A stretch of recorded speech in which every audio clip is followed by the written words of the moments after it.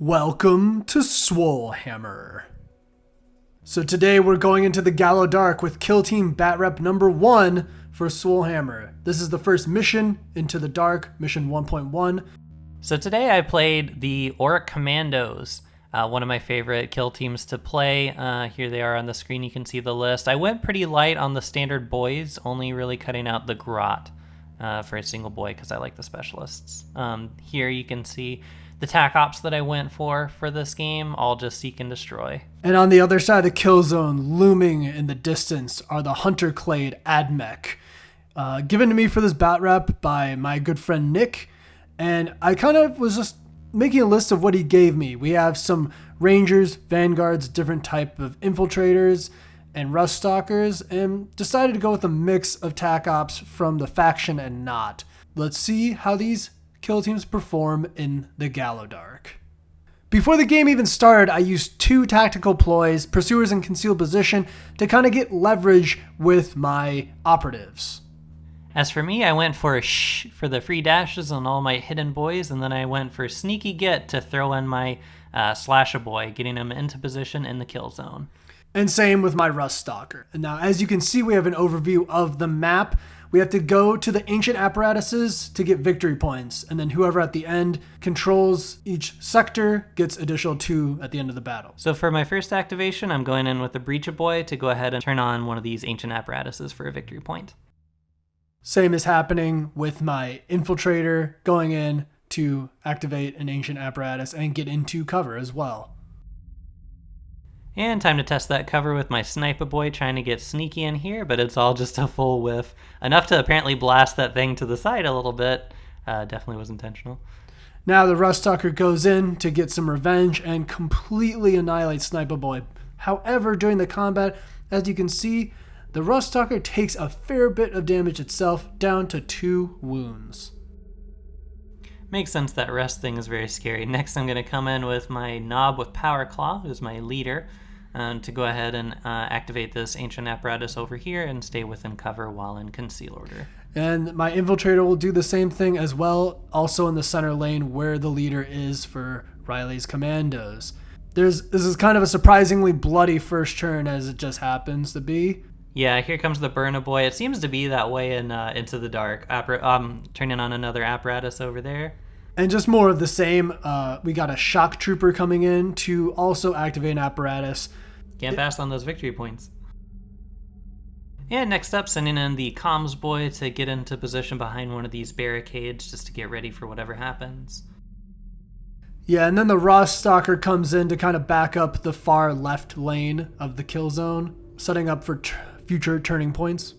And the Bomb Squig was apparently deeply attached to the Sniper-Boy and decides to make the final decision to blow up this Rust Stalker over here. Doesn't get anything else, but it definitely blows the Rust Stalker to hell, and kind of worth it because that thing was going to be on a rampage and kind of go further in the next turning point. Yeah. Now we have the Skitarii Ranger coming in, getting into position. Next we have the boy, standard boy, coming on in just to back up the other boys in the center lane. Then we have the other Ranger kind of setting up behind what is light cover of this broken pipe to set up future action in the middle lane. Got some possible overwatches coming in. We've got a Rocket Boy coming in next to the standard boy, getting ready to shoot. Engage order. As we have the Shock Trooper also switching because I did the scouting option that lets me do it and the extra CP to do it twice as a reminder in the first turning point. Here comes a shot.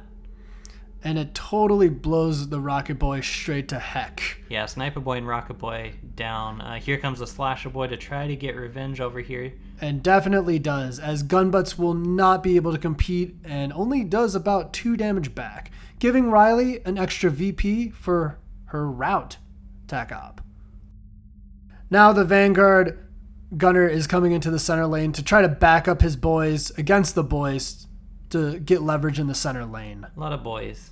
Here comes the Daka Daka Boy. Boy, yeah. Just barely getting line of sight on the Stalker over there. Yeah, we double checked and he totally obliterated the Infiltrator. Did not get a save in. Surveyor coming up, getting in cover and hopefully going to be able to back up his friendlies in the next turning point. Then we have the leader getting into position, and that's the end of turning point 1 because there's no overwatches that we saw that were legal. Yep. I got priority, so I'm going to go continue the rampage with the Slasher Boy. Slasher Boy totally annihilating another of one of my operatives, hardly taking any damage. Such a strong model. Leader coming in to try to do some backup shenanigans with Control Edict.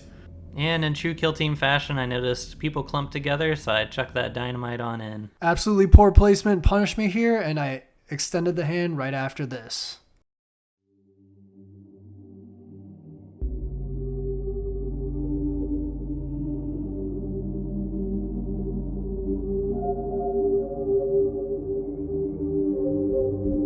As the skirmish in the Galadark comes to the close, it shows how brutal and quick things can result with Kill Team and Into the Dark. As the Kommandos venture deeper and await unsuspecting dread and doom, who else will we see enter the dark?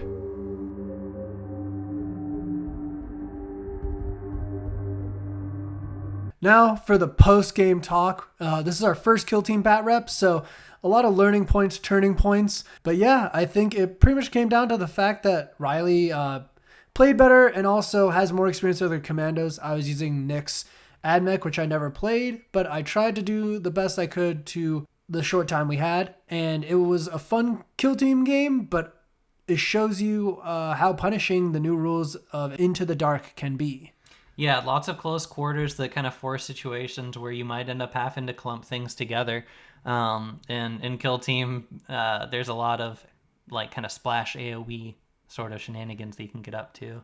Yeah, it was totally my fault. I like kind of forgot who had the dynamite, and I was like, I put everything in the middle lane. And after that, like losing 2 guys at once and going down to 5 operatives versus her still having 7, it was an easy kind of like, this is just going to be a struggle to even stay in. Yeah, that was the point, I think, the turning point, where things kind of started to shift in my favor for sure. Prior to that, honestly, I felt like the game was going pretty solidly in your favor. It was pretty even. Yeah, pretty even. And then after that, yeah, there were just 2 out of the 3 lanes that I probably had kind of priority on.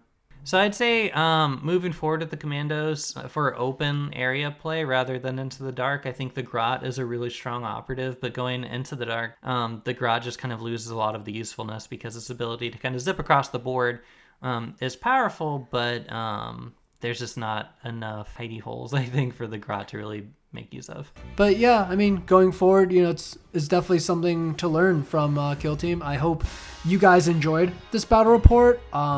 Definitely let us know if we like mixed up some rules or whatever. We're still kind of early in our Kill Team quote unquote careers, so we're trying to hash out the basics as much as possible. But if you want to see more of this or have any matchups in mind, let us know because it was pretty fun to do actually. Yeah, I had a great time. So as always, this is Rafiq and Riley with Swolehammer. Stay swole.